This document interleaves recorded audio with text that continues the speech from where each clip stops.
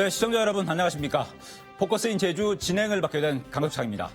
포커스인 제주는 제주의 이슈를 취재 기자들과 함께 정리하고 취재 현장의 뒷얘기를 모아서 더 자세히 이슈를 분석하는 시사 프로그램입니다.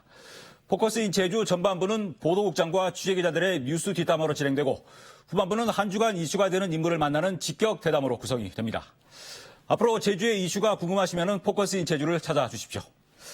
자, 그럼 첫 번째 포커스인 제주 시작해 보겠습니다. 그동안 제주에서는 대통령 선거에 대한 관심이 지방선거에 비해서 상대적으로 적었습니다. 제주 출신 대선 주자가 없었기 때문입니다. 하지만 내년 3월 대통령 선거는 원희룡 지사가 이미 출마 의사를 밝힌 상황이라서 비교적 관심이 높아지고 있습니다. 원 지사의 정치 행보에 따라서 지방 정가는 물론 공직사회에 미치는 파장이 크기 때문입니다. 원 지사의 대선 출마에 따른 나비 효과 어떤 것들이 있는지 취재 기자들과 함께 살펴보겠습니다.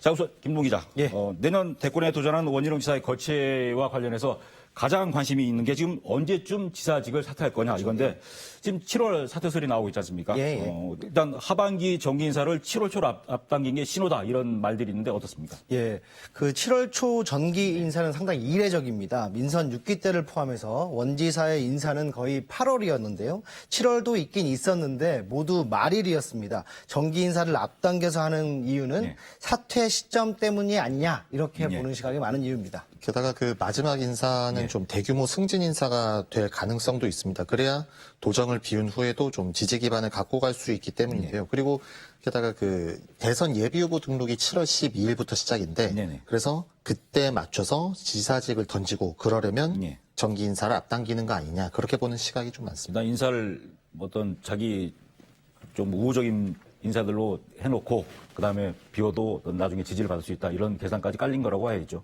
그렇게 볼 수 또 있지 있겠죠. 않을까요? 예. 예.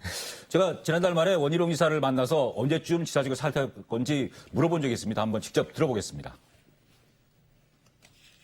1월 12일부터는 대선 예비 후보 등록이 되면서 우리 당에서도 본격적인 일정이 시작이 되기 때문에 그걸 도지사를 수행하면서 해도 도정에도 지장이 없고 경선에도 지장이 없는지에 대해서 면밀하게 검토를 해보고 있습니다. 그래서 아직 뭐 최종 결론을 내리지 못한 상태입니다만은 어떤 식으로든지 도정에 대해서는 하면 하는 대로 아니면 다음 사람에게 물려주면 물려주는 대로 책임감을 끝까지 다 해야 된다고 생각합니다.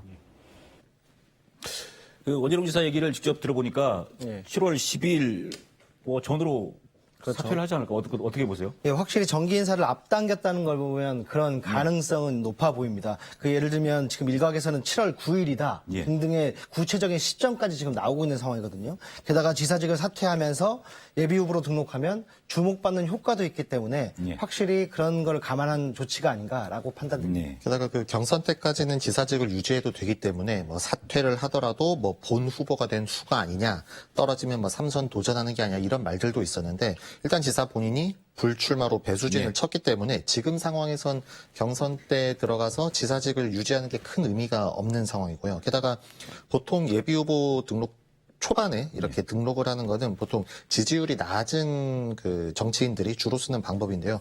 원지사 역시 이렇게 가는 게 아니냐 좀 이렇게 보는 것들이고 게다가 정작 원지사는 저번 4, 5월에도 7월 사퇴는 아니다. 이건 오보다라고 스스로 밝힌 적은 있는데 지금에 와서는 뭐 큰 의미는 없어 보입니다. 네. 그리고 최근에 원희룡 지사의 어떤 행보 하나하나가 다 대선하고 지금 연관이 지어서 그런 분석들이 나오는데 제주특별자치도 출범 15주년 기념식을 제주가 아닌 광화문에서 하겠다는 이런 계획이 나왔어요. 이게 뭐 대선 출정식을 서울에서 하는 거 아니냐 이런 얘기도 있는데 어떻게 봐야 되나요? 예, 당연히 제주자치도에서는 지사의 정치 횡보와는 상관이 없다라고 분명히 밝혔고요. 중앙과의 공감대 형성을 위한 것으로 올해 초부터 계획된 것이다라고 예. 하고는 있습니다. 말은 그렇게 합니다만 그대로 받아들이기는 사실상 어려워 보입니다.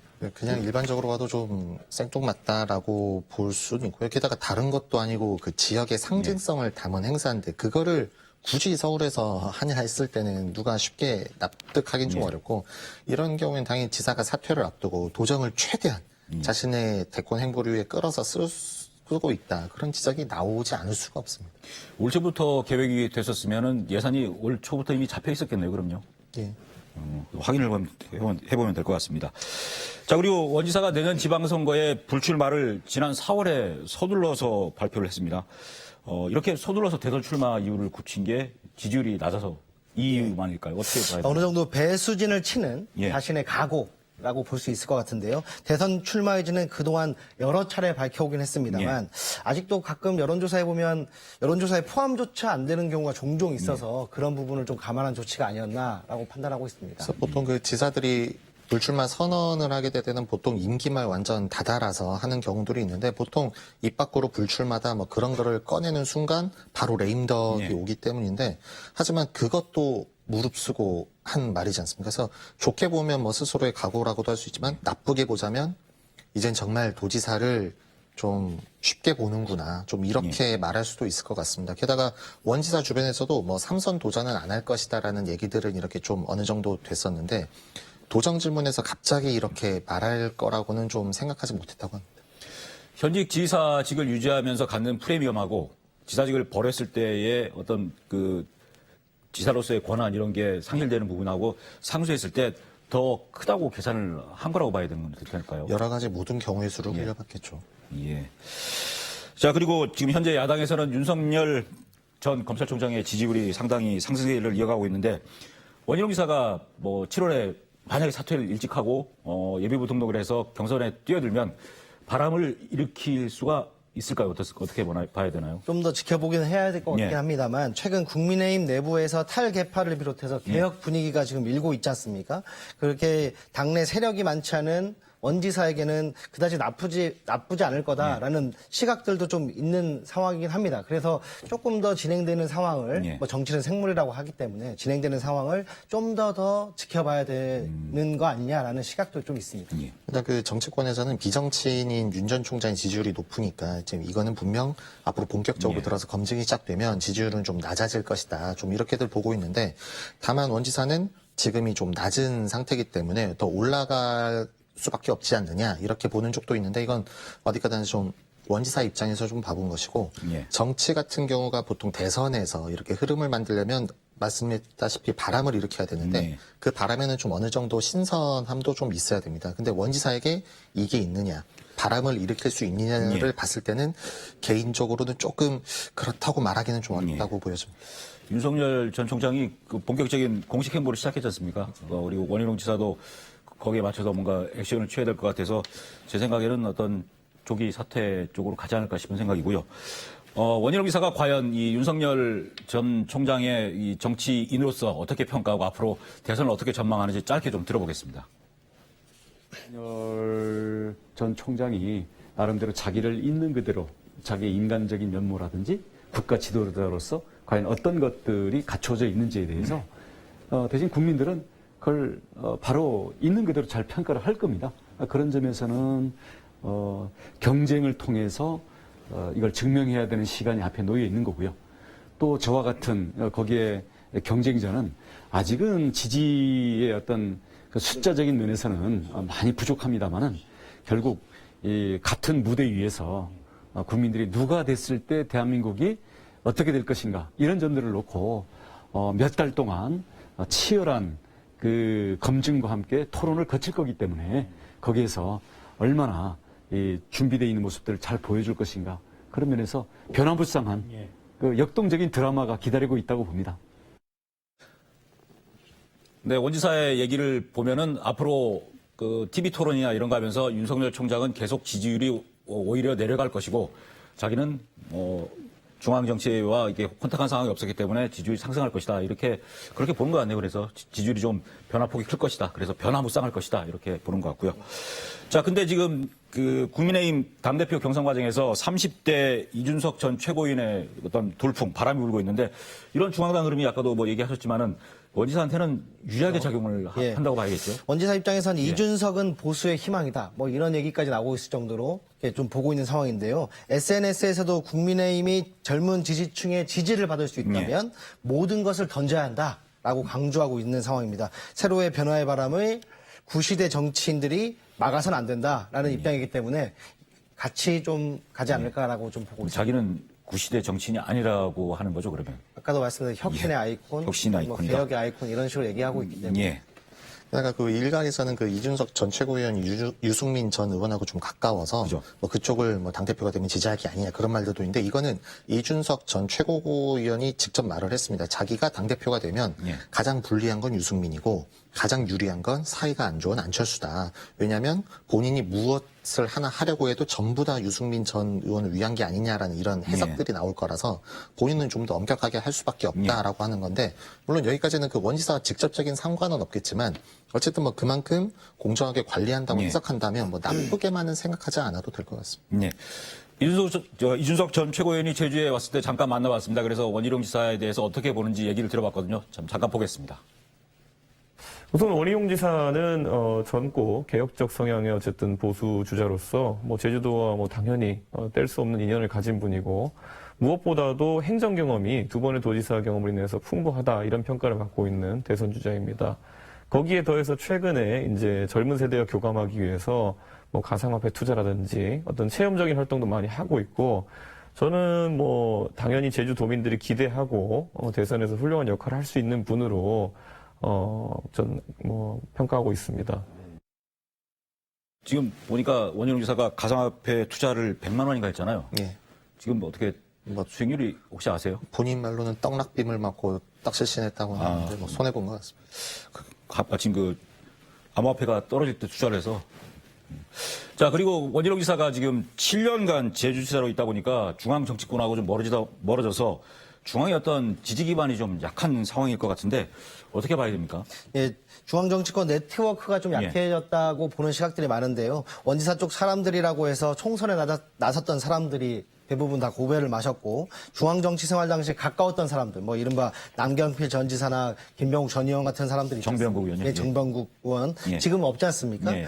다만 7년의 행정 경험은 의원 생활과 다르기 때문에 예. 뭐 경험적인 면은 좀 앞으로 어필할 수 있지 않을까라고 좀 보이고요. 또 중앙 정치권으로부터 주목은 받지 못했지만 상대적으로 여러 논란의 불똥도 좀 피할 수 있었지 않았나라고 생각이 듭니다. 게다가 그 원지사는 좀 7년을 도지사를 했는데 중앙에서의 인지도나 그 지지율은 높아지진 않았잖아요. 예. 그래서 더 이상 뭐 대선을 바라보는 입장에선 제주도지사에 더 이상 미련을 두고 있지는 않은 것 같습니다. 그래서 지자체장 가운데 보통 전국적으로 좀 주목을 받으려면 좀 서울시장이나 경기지사 정도는 돼야 되는데 사실 경기지사도 이재명 지사니까 좀 주목받는 거지 그 전까지는 전국적으로 경기지사가 뉴스에 나온 일도 별로 없었습니다. 그리고 상대적으로 이런 상황에선 개파색이 옅은 쪽에서 당대표가 돼야 자신이 좀 파고들 여지도 있기 때문에 그런 쪽으로 좀 기대하고 있지 않을까 생각합니다. 네.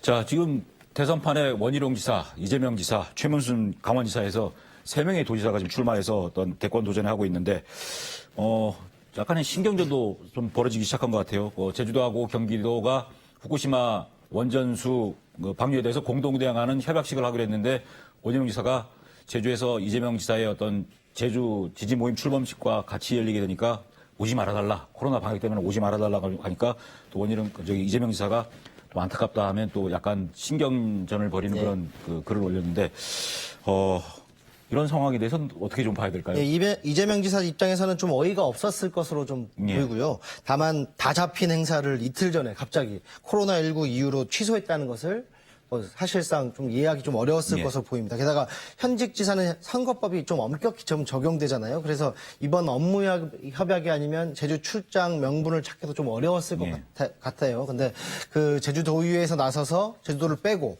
경기도의회까지 3자 협약으로 가자라고 했지만 이마저도 원지사가 뭐 SNS를 통해 대놓고 오지 말라 해버려서 오기가 사실 힘들지 않았을까, 좀 당황스럽지 않았을까 생각합니다. 그다음에 그 원지사 입장에서는 어디까지나 코로나만을 이유로 들었는데 그래서 뭐 이재명 지사가 안 오겠다고 하자면 고맙다고도 했습니다. 그런데 그 제주 지역 지지 모임 출범식에 그 이재명 지사 당사자의 참석을 막은 것은 뭐 이재명 지사가 제주에서 주목받는 효과를 뭐 차단했다라고도 뭐 정치적으로는 볼 수밖에 없는 상황이고요.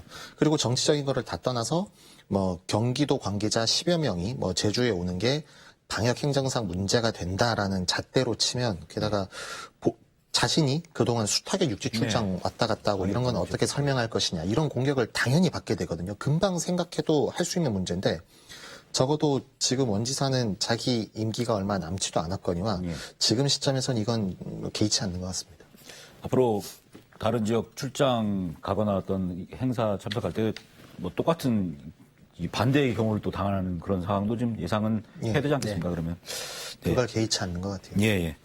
자, 그리고 원희룡 지사가 만약에 뭐 언젠가는 지사직을 사퇴할 건데 그렇게 되면 지금 6월 말에 행정부지사가 명퇴하기로 돼 있고 그 지사가 사퇴하면 자동적으로 정무부지사가 사퇴를 해야 되고 그러면 도정에 책임자가 없지 않습니까? 예.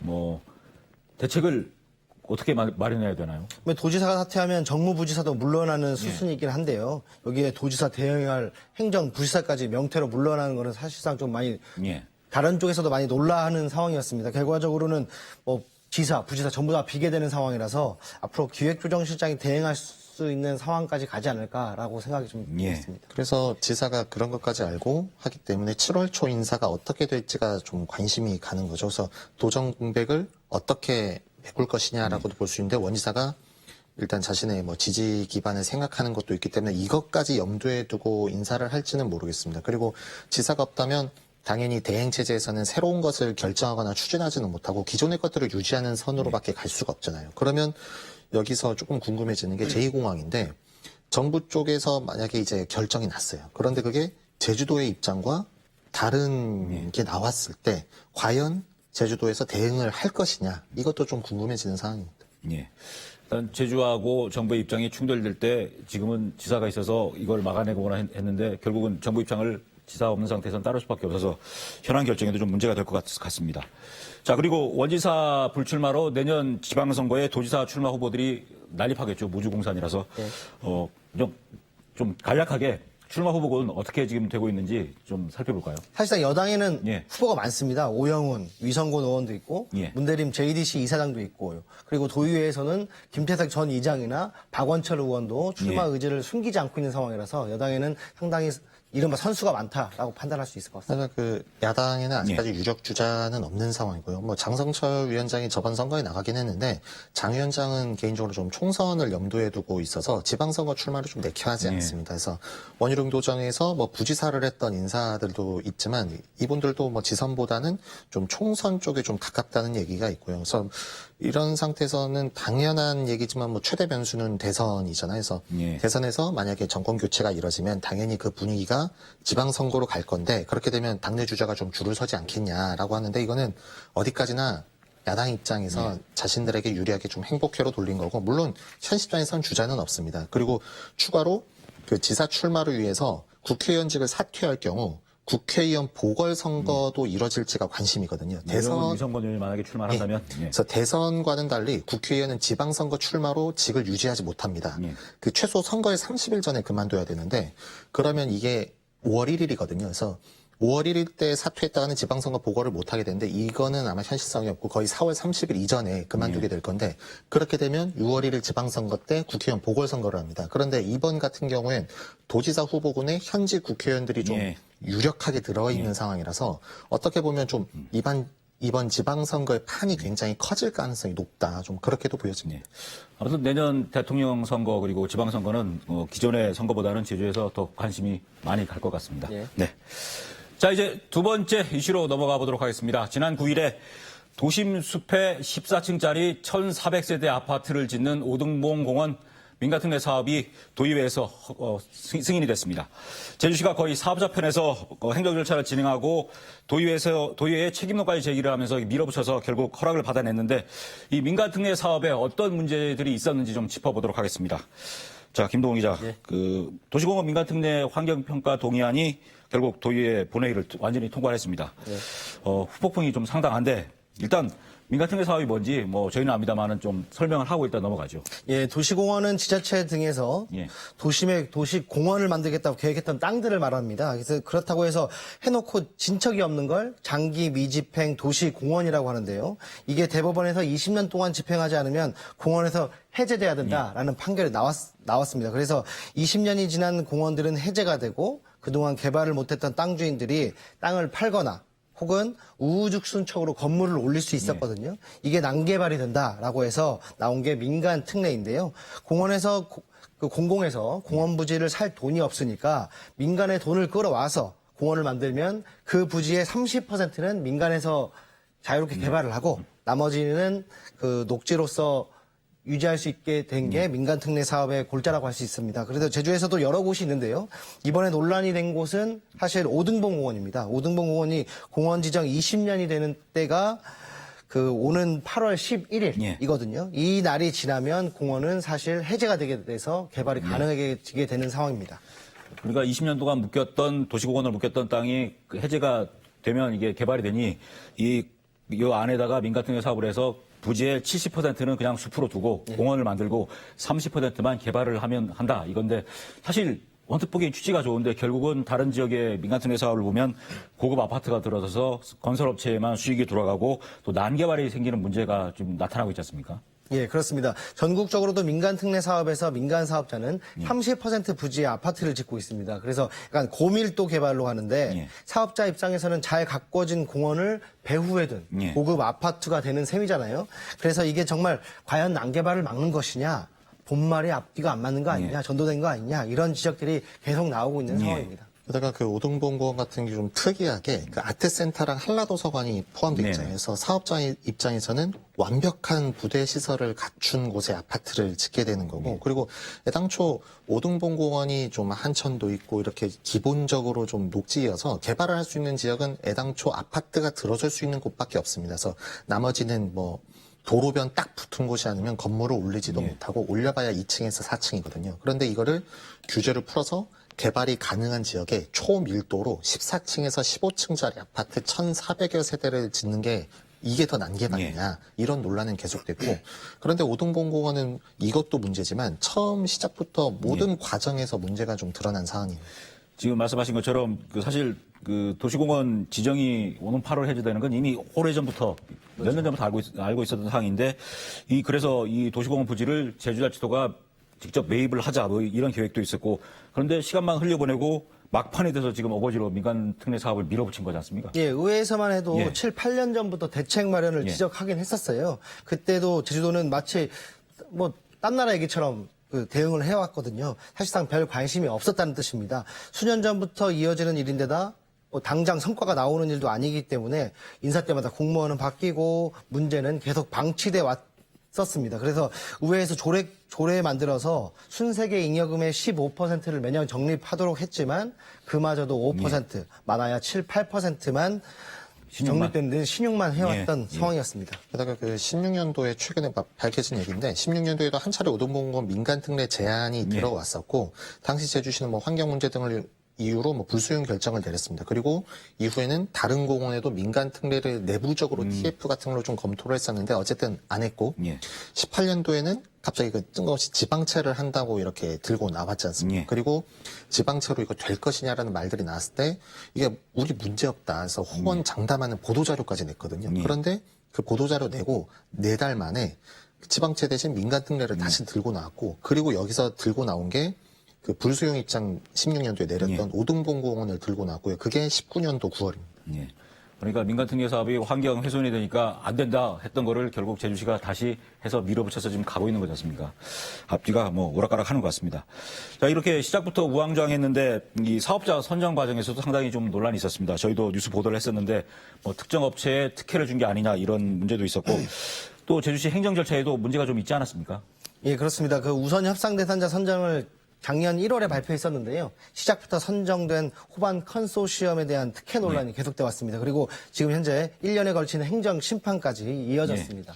그리고 뭐 업체 선정도 논란이지만 뭐 더 큰 논란은 그 이후의 행정 절차거든요. 그래서 민간 특례 사업은 보통과는 다르게 행정이 직접 사업자로 들어갑니다. 그래서 공동사업자가 돼서 민간 특례 사업의 주체는 호반 컨소랑 제주시가 되는데 여기서 저도 느낀 게 심판이 선수로 뛰었을 때 이렇게까지 무서울 수 있냐라는 걸 좀 느꼈거든요. 그래서 행정에서 나서서 모든 행정 절차를 주체적으로 진행하기 때문에 모든 절차가 다 프리패스로 통과했어요. 그리고 아예 자체 회의까지 열어서 뭐 이런 것들은 잘 통과하게 해주자라는 그런 얘기까지 했으니까 그거는 말을 다 한 거고 게다가 그렇기 때문에 도시계획심이나 환경영향평가는 거의 무사 통과로 보여지고 그리고 문제가 되는 거는 이게 행정에서 문제가 되는 거를 방법을 찾아서 통과를 했거든요. 그래서 그 예를 들면은 뭐 환경영향평가는 사계절 조사가 원칙인데 시간이 없었잖아요. 그래서 사전 성격인 전략 환경영향평가에서 봄, 여름을 하고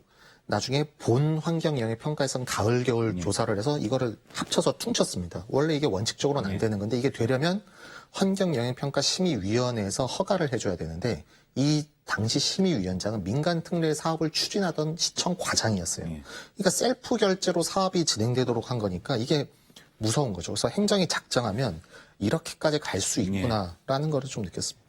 뭐 허점도 상당히 발견되지 않았습니까? 예, 그렇습니다. 민간 특례 사업 곳곳을 뜯어보면 허점이 상당히 많은데요. 그 허점들은 규제를 바꿔가면서 풀어내고 있습니다. 뭐 시가 사업자이기 때문에 할 수 있는 것들이라고 볼 수 있는데요. 예를 들면 하천변은 45도 사선 제한이 있어서 고층 건물을 지을 수 없다고 해요. 하지만 환경단체가 이 문제를 지적하니까 해명은 여기는 주거 상업지역으로 용도 변경할 거니까 문제 없다. 이렇게 지금 밝히고 있는 상황이거든요. 민간 특례를 위해서 용도 지역을 바꿀 거니까 경관 집침과도 무관하다. 뭐 이런 식으로 좀 대응하고 있어서 좀 문제가 좀 있는 상황입니다. 예. 근데 아까도 뭐 다른 뭐 얘기를 했습니다만은 이 오등봉 공원 도시공원을 굳이 민간 특례 사업으로 하지 않고 다른 방법, 도시공원이 해제되더라도 그 관리할 수 있는 방법이 전혀 없었을까요? 없지는 않고 여기에 대해서는 서로 이 판단들이 조금씩은 다릅니다. 공원이 해제돼도 앞서 말했다시피 용도 지역을 그대로 두면 건물은 얼마 애당초 올리지를 못합니다. 대신 뭐 공원 예정지는 지금처럼 그냥 숲으로 방치가 되겠죠. 공원으로 만들어지지 않으니까. 그리고 여기를 보전 녹지 등으로 바꿀 수는 있어요. 그러면 그 개발 제한도 일시적으로 걸 수는 있는데 이게 지침상은 가능한데 이게 보전 녹지로 바꾸려고 해도 또 이게 용역이니 뭐니 하면서 시간이 몇 달 걸리거든요. 그러면 그 사이에 공원은 해제되고 또 이거를 위해서 제주시가 일시적으로 개발 제한을 걸 수도 있지만 제주시는 아예 우리는 민간 특례를 할 거라서 이런 지침은 있지만 우리는 이걸 전혀 고려하지 않는다 이렇게 말을 했고요. 이후로는 뭐 대법 판결이 20년 지난 곳은 풀어주라고 한 그 취지 자체가 2중, 3중의 제약권 제약은 해선 안 되는 거 지상권을 아니냐 제약하니까. 그런 취지였기 때문에 제주시는 민간 특례가 안 되면 여긴 그냥 풀어줘 버릴 거다. 이건 고려하지 않는다라고 말했는데 어떻게 보면 이게 좀 배째라식으로 나온 거로 보일 수도 있고 그리고 어떻게 이렇게 하든 뭐 민간 특례라든 토지수 입장에서는 재산권 제약은 뭐 크게 다르지는 않습니다. 문제는 또 하나 더 있습니다. 좀 큰 문제라고도 할 수 있는데요. 그 민간 특례 사업하기 위해서는 사업자가 제안서를 낼 때 적정 분양 수익까지 적어서 내도록 돼 있습니다. 그래서 나중에 보상비가 높게 나오면 이건 온전히 사업자가 온전히 부담하도록 돼 있고 이거가 가격 평가에도 좀 들어가게 되는 상황인데요. 그런데 가격 평가를 내기 위한 기준이 좀 필요하지 않습니까? 제주도는 시간이 없다는 이유로 공시지가 5배로 결정을 해버려요. 공시지가 5배면 많아 보일 수는 있는데 예전 기준이기 때문에 앞으로는 한 3, 4배 더 나올 것이다. 이런 얘기들이 계속 나오고 있는 상황입니다. 그래서 현실성이 없다. 이런 얘기들이 좀 나오고 있는 상황인데요. 이렇게 되면 사업자들이 낸 가격 정보는 보여주기식 아니냐라는 지적이 나올 수밖에 없고 제주시는 이마저도 나중에 토지 보상비가 높게 나오면 사업자를 위해 분양가를 높여주겠다라는 얘기까지 지금 나온 상황이라서 처음 사업자 선정 때부터 이런 생각이었고 나중에는 공시지가까지 그리고 뭐 지침까지 앞으로 나중에는 지침까지 계속 무시하면서 지금 이루어지고 있는 상황이라고 보면 될 것 같습니다. 네. 근데 이거를 이런 여러 가지 문제들이 제기가 됐으면 도의회에서 환경영향평가 동의안을 뭐 보류시킬 수도 있었는데 책임론 때문에 아마 부담스러워서 통과를 시켰다고 봐야죠. 뭐 구체적으로 말하기는 좀 어렵지만 뭐 환도위를 포함해서 다른 의원들과도 이미 상당히 뭐 사전에 교감이 오갔다고는 합니다. 그리고 상임위 회의에서도 그 밝혀야 될 문제들은 지적하지 않고 좀 원론적인 문제인 상하수도 문제를 좀 집중적으로 걸고 넘어졌습니다. 물론 그 상하수도 문제라고 할 수는 있는데 이거는 모두가 알다시피 단기간에 어떻게 할 수 있는 문제가 아닙니다. 그래서 이걸 이유로 한 차례 보류해 놓고 한 달 뒤 심사에서는 이게 당연히 해결될 수가 없는 문제인데 그때는 아무 일도 없었다는 듯이 그냥 통과시켜버렸거든요. 그래서 워낙에 논란 사업이다 보니까 의회마저 한 번에 통과시키기가 조금 그래서 일단은 한 번 숨고르게 한 게 아니냐 뭐 그렇게 보여집니다. 의회 내에서도 민간 특례에 반대 입장을 가진 의원은 한 10명 정도로 예상은 좀 됐었거든요. 표결에서도 반대는 10명 정도 나오리라고 좀 봤는데 뭐 그 관건은 기권표에서 기권표. 뚜껑을 까보니까 반대가 9명, 기권이 1명, 나머지는 전부 다 찬성으로 바뀌었거든요. 그래서 기권표가 다 찬성으로 돌아간 거 네. 셈이 됐는데 그리고 앞서 말한 문제에 대해서 문제 제기는 사실상 없었습니다. 그래서 뭐 환경단체라든지 일부 도민들 같은 경우에서는 의회가 거수기로 지금 전락한 거 아니냐라는 지적이 계속 일고 있는 상황입니다. 네, 이 문제는 뭐 앞으로 계속해서 저희들이 관심을 갖고 지켜봐야 될 것 같습니다. 네, 개발 사업 인허가를 받아보신 분들은 다 공감하시겠지만은 모든 행정 절차가 까다롭고 개별 인허가 하나하나 받는데 정말 많은 시간이 소요가 됩니다. 몇 년씩 걸려야 개발 인허가가 나오는 경우도 수두룩합니다. 만약 도시공원 민간특례 사업 규모의 개발 사업을 민간업체가 했다면은 지금처럼 초스피드로 인허가가 나올 수 있었을까요?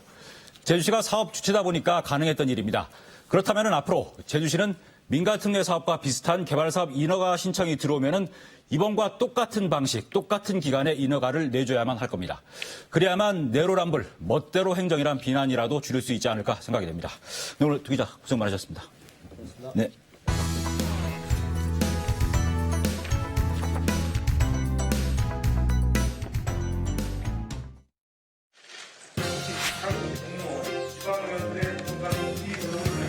우리 당이 왜 의원 모두의 동의를 받아 전수조사에 임했는지를 다시 한번 생각해 주시기 바랍니다. 동료 의원들께서 하루속히 의혹을 해소하고 민주당으로 돌아오기를 문 열어놓고 기다리고 있겠습니다.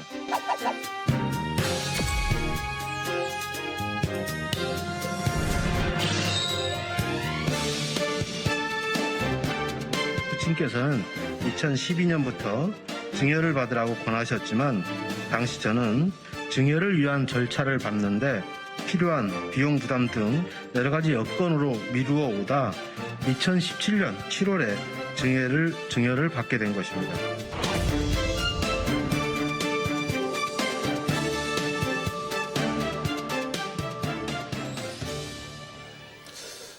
네, 포커스인 제주 후반부 이어가겠습니다. 지난 8일 더불어민주당이 국민권익위원회의 조사 결과에 따라서 부동산 투기 의혹이 제기된 국회의원 12명의 명단을 발표하고 자진 탈당을 권유해서 파장이 일고 있습니다. 제주에서도 오영훈 국회의원이 포함돼서 지방정가 역시 며칠째 술렁이고 있습니다. 자세하고 정확한 얘기를 들어보기 위해서 오영훈 의원을 직접 모셨습니다. 네. 안녕하시냐고 인사를 좀 여쭙기가 애매한 상황입니다만 좀 바쁘시죠 요새 며칠 동안. 네, 잘 준비하고 있습니다. 예. 이 국민권익위원회가 오영훈 의원께서 농지법을 위반했다 이런 조사 결과를 발표하게 된 근거가 어떤 거였습니까? 위반했다는 아니고요. 예. 위반 의혹이 있다고 있다고 한 거는. 얘기를 한 예. 건데요. 그 해당 농지에 대한 농지의 성격에 대해서 이해가 부족했던 것 같고요. 그리고 실제 제가 국회의원 전에는 네. 농업인이었다는 사실을 인지하지 못했던 것으로 판단이 되고요. 네. 그리고 또한 사실관계 확인을 하는 과정에서 불명확한 사실관계 확인이 있었던 것으로 판단됩니다. 네. 바로 기자회견을 여셔가지고 네. 국민권익위원회 의혹 제기에 대해서 반박하셨는데 네네. 국민권익위원회 조사에 네. 어떤 오류가 있었다고 보시는 건가요? 글쎄요, 저는 가장 기본적으로 현장 확인이 필수적이라고 생각되는데요. 네. 현장 확인이 와서 과수원을 직접 목격하는 것이 현장 네. 확인이 아니라 그 과수원 지역 주민들, 인근 지역 주민들에게 네네. 탐문을 하고 확인하는 절차를 거쳤어야죠. 네. 제가 직접 농사를 지어왔던 땅인지 확인하는 절차가 이루어지지 않았던 것이 가장 큰 문제였던 것 같습니다. 국민권익위원회에서 현장 조사는 한 게 맞습니까? 그러면? 왔다 갔다는 얘기는 예. 들었습니다. 근데 왔다 갔는데 거기서 쭉 둘러보고 임대농께서 농사하는 거 안 보고 직접 농사를 안는구나라고 해서 뭐 그렇게 이렇게 판단해서 간 거다라고 보시는 거고 또 9일에 국가수사본부에 그 농지법 위반 의혹 관련 사실관계 서류를 네네. 제출하시고 네네. 빨리 수사해달라 이렇게 네네. 요청을 하셨는데 네. 이렇게 강하게 어필하시는 이유가 어떤 건지? 지금 저의 농지법 위반 의혹과 관련해서 국민권익위에서는 저의 소명 내지는 이의 신청을 받아들일 수 없다고 예, 예. 얘기를 했습니다. 그리고 당에서도 소명할 기회를 주고 있지 않고요. 네. 그렇다면 저는 어디 가서 소명을 해야 될 것인가. 그래서 국민권익위원회에서 국가수사본부로 관련 내용을 이첩을 했기 때문에 국가수사본부를 찾아서 저와 관련된 조사를 빨리 신속하게 이루어달라. 그래야 저의 명예가 회복될 수 있겠다는 판단을 했고요. 그리고 실제 제가 어떤 과정을 통해서 농업의 경영을 했는지 그리고 농지연부를 취득하게 됐는지 그리고 농지 취득을 하게 됐는지 이런 과정 관계된 서류를 일체를 제출을 했습니다. 그 해당 농지가 남원읍에 있는 제가 알기로는 그 조상 대대로 내려오는 조상전이라고 알고 있습니다. 네, 맞습니다. 네. 네. 면적이 어느 정도 되죠? 1000평 조금 안 되는 네. 것으로 알고 있습니다. 제가 번지를 찾아서 네이버 지도 네네. 검색을 해보니까 비닐하우스가 이렇게 시설하우스가 있더라고요. 네. 한라봉 시설하우스. 아, 그렇습니다. 네. 이게 제가 그 SNS에 그 오영훈 네. 지인들이 오영훈은 농사한 게 맞다고 올렸던 사진인데 네네네. 이게 예전에 찍은 사진들은 맞습니까? 예, 옛날 이게 사진입니다. 대략 몇 년쯤 아마 2016년도 예. 정도 같은데요. 제가 염색을 예. 하지 않았을 때니까요. 예. 그 오영훈 의원 주장대로라면 이런 사진만 보더라도 농사를 지은 게 그리고 이게 또 표고버섯하고 그 참버섯 뭐 이런 것도 하셨던데 이게 그럼 맞아요. 군사인가요? 아, 예, 그 배지를 만드는 예. 거죠. 그게 또 매출 기록까지 다 SNS에 올라와 있더라고요, 이렇게 다. 그래서 이런 지인들이 아마 올린 것 예. 같습니다.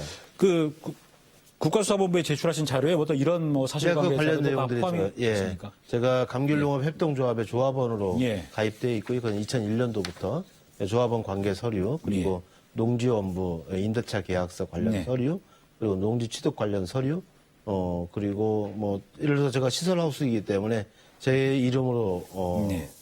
이제 전기료도 납부하지 않습니까? 네네네. 매달 전기료가 네. 납부되는데 그 납부 예. 현황까지도 제출을 했습니다. 네. 그 농지를 소유하려면 네네. 농사를 8년을 지어야 되는 네, 걸로 자격 알고 있습니다. 8년이죠. 예. 그러시면 그 해당 농지에서 저는- 몇 년부터 저는 농사를 1994년에 예. 결혼을 했습니다. 예. 그래서 저희 부부가 94년부터 실제 농사를 지었고요. 예. 농지원부를 작성한 것은 2001년입니다. 예. 그리고 조합원 가입도 2001년이고요. 실제 농사는 1994년부터 지었다고 말씀드릴 수 있고 예. 농지원부를 갖추고 농사를 지은 건 2001년부터라고 2001년. 말씀드립니다. 2001년부터 농지원부를 해서 예. 2017년까지 예. 그러면 저도 그 예. 농지 취득 자격 8년에 2배를 농사를 하신 거네요, 그럼요. 네, 뭐 저는 그렇게 생각합니다. 예. 그럼 저 농협 조합원으로 예, 계신 건가요, 예, 지금요? 예. 아, 그럼 농민 농업인이죠. 지금은 농업인인 거군요. 예. 잠시 농업을 접어둔 농업인. 지금 현재 국회의정 활동을 하면서 계속 예. 제가 농업이라고 주장하는 게 어렵다고 판단을 했고요. 네네. 그래서 2018년부터는 임대차 계약에 의해서 예. 위탁 경영을 하고 있습니다. 한라봉하고 버섯 어떻게 농사는 잘 되셨습니까? 하시고. 버섯 농사는 잘 안 됐고요. 예. 한라봉은 그래도 수확이 꽤 좋은 예. 편입니다. 네, 그러시군요. 아까 국가수사본부에 국민권익위원회 그 조사 자료가 넘어갔다고 하셨는데 네네. 지금 검토가 들어갔을 테고 어떤 뭐 앞으로 조사 일정이나 이런 게 아직 뭐 그와 관련돼서 제가 얘기 듣지는 못했고요. 예. 아마 조만간에 담당 부서나 그런 담당자가 예. 정해지게 되고 예. 조사가 이루어질 것으로 알고 있습니다. 네. 좀 빨리 한시라도 빨리 예. 조사가 이루어졌으면 좋겠습니다. 예. 그리고 그 해명하신 내용 중에 보니까 그 네. 선거에서 어떤 그 네. 자리에 취임할 경우에 농사를 임대할 수 임대할 수 있도록 돼 있다. 있죠. 이런 그게 이제 그게 농지법 예. 아마 제 23조에 규정이 되어 있습니다. 예. 저는 선출직 공직자인 경우에도 임대를 줄 수 있도록 그렇게 규정되어 그 있습니다. 임대하신 게 그러면 네. 2018년에 2018년에 그 땅을 그러면 그 조상전인데 저 오영훈 의원 명의로 이렇게 상속이 된 건 증여인가요? 증여죠. 2017년이요. 예, 2017년에 하신 거고. 아, 그래서 2017년부터 예. 이미 이제 임대차 계약서를 썼습니다. 예. 다만 이제 농지은행에 된 것은 예. 최근에 이제 등록이 된 것으로 알고 있습니다.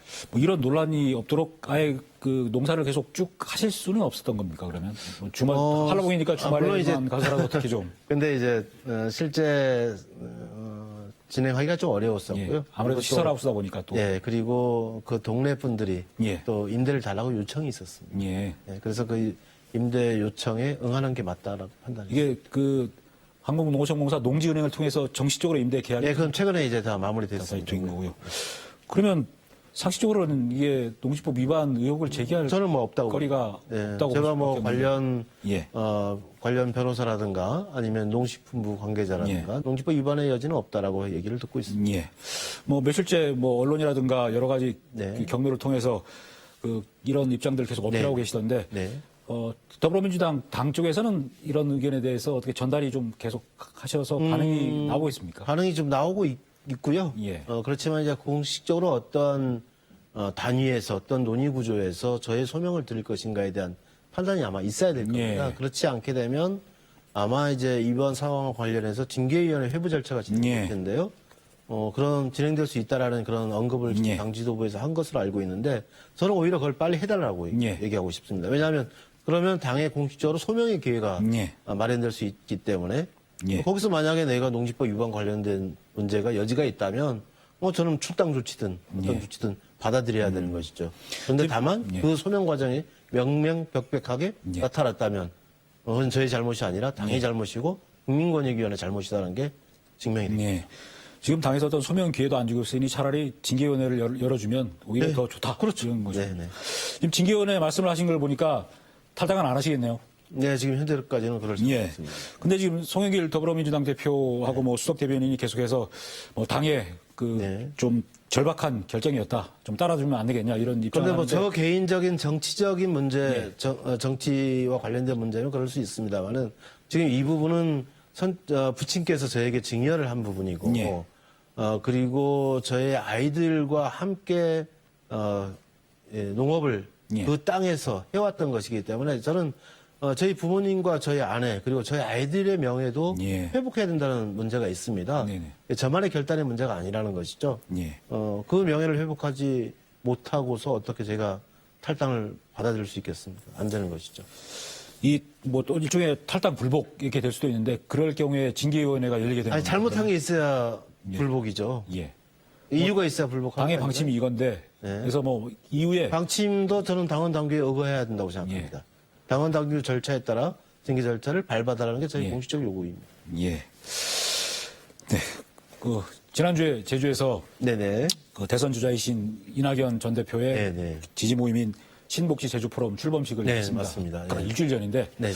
오 의원께서 대표를 맡고 계십니다. 네, 근데 이번 이런 뭐 의혹이 네네. 어떤 이 대선 준비하는데 좀 영향을 미칠 수 있다는 관측도 있는데 좀 어떻습니까? 저는 뭐 이 부분은? 그렇지 않다고 봅니다. 예. 왜냐하면 저희가 잘못한 게 있거나 의혹이 좀 더 불거지거나 이럴 경우에는 그것 자체가 이제 이낙연 후보에게도 예. 의원에게도 안 좋은 영향을 미칠 예. 수 있다는 것이죠. 그런데 오늘 아침 제가 이낙연 대표를 만났습니다. 아, 그러시군요. 만나는 과정에서도 저희 단 신뢰를 예. 다시 한번 확인해 주셨기 때문에 저는 그러한 영향은 있을 수 없다라고 생각하고요. 그리고 또 저의 의혹이 다 해소됐을 때 이낙연 의원의 예. 신뢰도도 지지도도 예. 더 올라갈 수 있는 거 아닌가 이렇게 생각합니다. 어떤 말씀부터 하시던가요? 이낙연 전 대표께서. 걱정 많이 해주시죠. 네. 근데 국민의힘 제주도당 쪽에서 네네.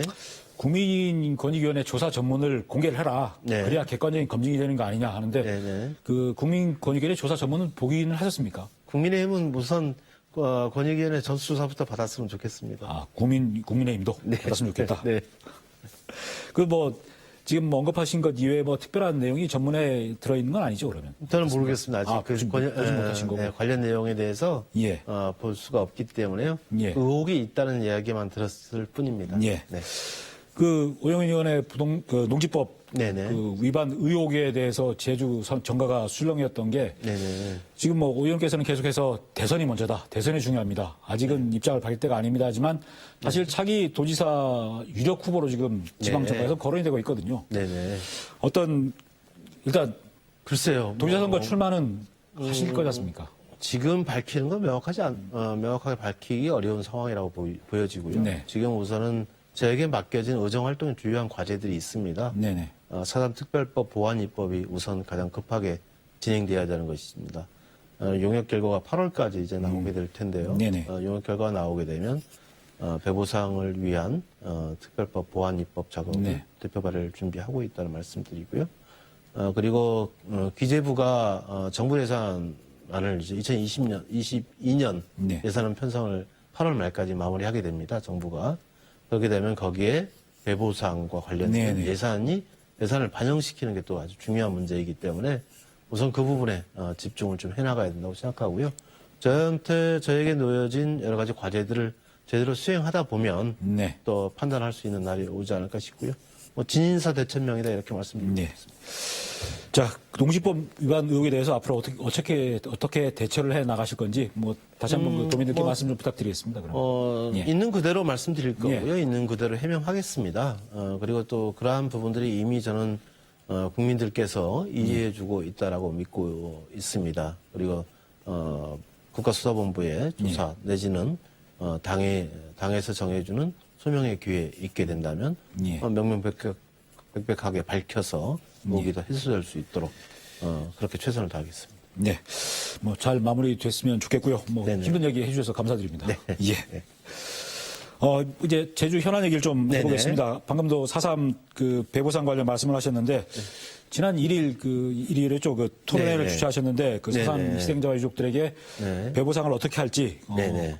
요 4.3 특별법 개정안을 보완 개정을 또 해야 되지 않습니까? 그렇죠. 그래서 네네. 그런 방향을 잡으려고 토론회를 여셨는데 네. 지금 그 보완 입법 과정에 가장 쟁점이 되는 게 어떤 부분인가요, 지금요? 저는 지급 대상에 대한 지급 대상이요?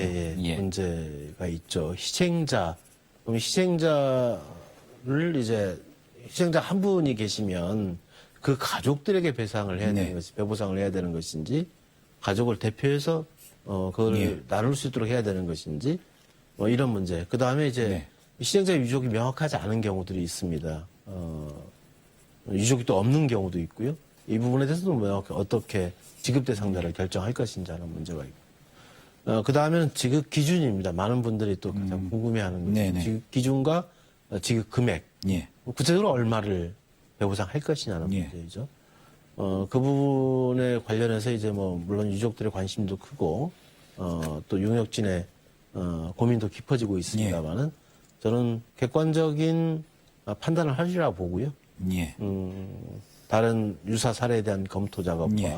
그리고 또 세계 각국의 유사 사례에 대한 분석 작업도 함께 이루어지고 있는 것으로 알고 있습니다. 그렇게 되면 그 결과를 예. 따르는 것이 방법이라고 생각되고요. 그리고 또 지급 방법에 대해서도 또 여러 가지 방법이 있을 수 있기 때문에 일괄 지급, 또 일시불 지급, 예. 아니면 또 총 몇 년에 걸쳐서 지급할 것인지, 예. 또 지급 순서 한꺼번에 줄 수 없다면 지급 순서를 어떻게 할 것인지 하는 고민들이 있을 수 있습니다. 예. 이 부분에 대해서는 저는 유족의 의견들도 충분히 개진되고 있고 예. 그것을 용역 당국에서 제대로 반영해서 좋은 지급 기준과 금액, 지급 방법 등이 예. 제시되기를 기대하고 있다는 점 말씀드립니다. 그러니까 새롭게 개정되는 4.3 특별법에는 지급 금액, 시기, 뭐 전부 다 방법 이게 규정을 딱 해야죠. 명확하게 규정을 하시겠다는 거군요. 예. 그 토론회에서 나온 얘기가 다른 과거사 재판에서 지급된 액수보다는 더 나와야 된다 이런 얘기가 있던데요. 지금 용역도 진행이 되고 있다고 하셨는데 네. 뭐 어느 정도 그 배보상 금액 기준이 좀 잡힌 일단 게 있습니까? 제가 그 예. 대표 발의하면서 예. 제시했던 금액이 있습니다. 그것은 한국전쟁 당시 이제 민간인 학살 희생자에 대한 판결의 기준을 예. 잡았던 것인데요. 평균 기준. 그게 1억 3,200만 원이었습니다. 예. 그 기준이 이미 제시가 됐었기 때문에 그와 관련된 논의가 이루어지지 않을까 싶고요. 그 금액보다 높다 낮다 이렇게 예. 표현하는 것은 지금으로선 적절치 않다라고 생각합니다. 네. 물론 그것도 이제 상당히 지금 시간이 지났기 때문에 물가 상승률이라든가 여러 가지 요인을 반영해야 한다는 이런 목소리도 있는 것을 네. 잘 알고 있습니다. 네. 그리고 지금 그 4.3 당시에 뭐 고문을 당하거나 뭐 네네. 총상을 입거나 해서 후유장애가 분명히 있는데 네. 후유장애는 인정을 못 받으시는 분들이 계시더라고요. 네네. 저희도 취재해서 뉴스를 확인했었는데 네네. 이런 부분들도 다시 제도권에서 좀 보호할 수 있는 게 저는 뭐 그거 충분히 돼야 되는 가능하다고 예. 보여집니다.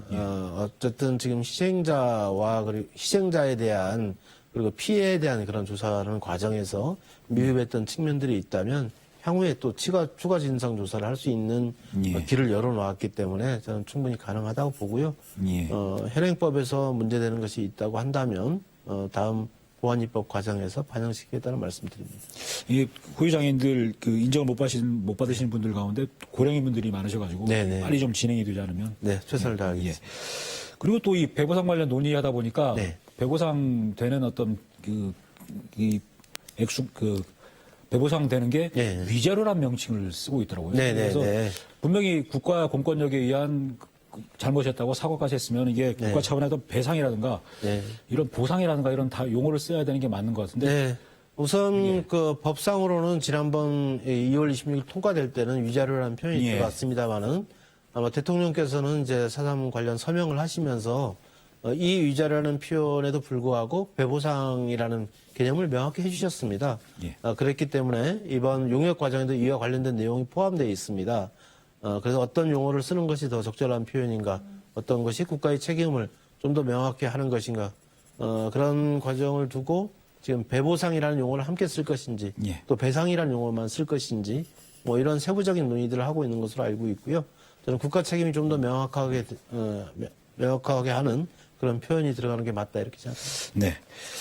이 4.3 특별법 이제 보완 입법이 되고 그러면 어떻게 보면은 4.3의 완전한 해결에 거의 다다랐다 이렇게 볼 수가 있겠는데 이제 남은 게 네네. 4.3의 진짜 이름, 4.3평화원에 네네. 누워있는 백비의 새길 그렇죠. 4.3의 네. 정명이 남아있는데 네네. 앞으로 이거 역시 또 상당한 뭐 논쟁 네. 갈등거리인데 어떻게 좀 어려운 진행이 될까요? 과정이 있을 수 있다고 보는데요. 저는 추가 진상조사가 바로 그러한 이유 때문에 지난 특별법 개정 과정에 반영되었다 이렇게 말씀드릴 수 있습니다.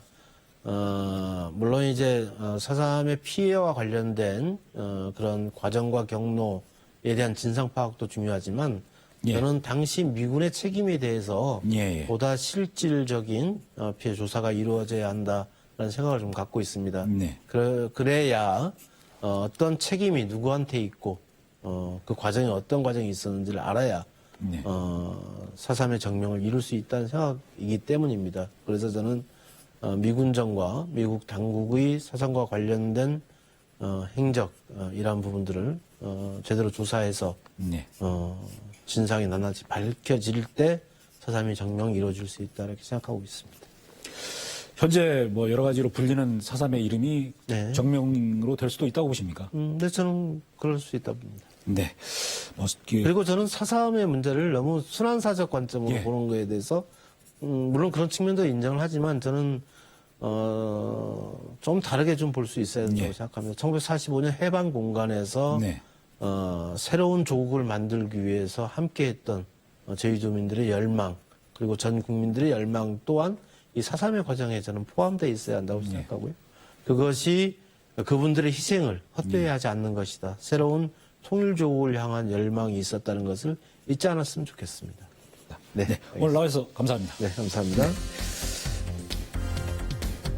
네, JIBS 제주방송이 새롭게 선보인 시사 프로그램 포커스인 제주 오늘은 여기서 마치겠습니다. 앞으로 제주의 여러 이슈를 더 깊이 그리고 더 자세히 분석해서 전해드리도록 하겠습니다. 많은 시청 부탁드리겠습니다. 네, 감사합니다.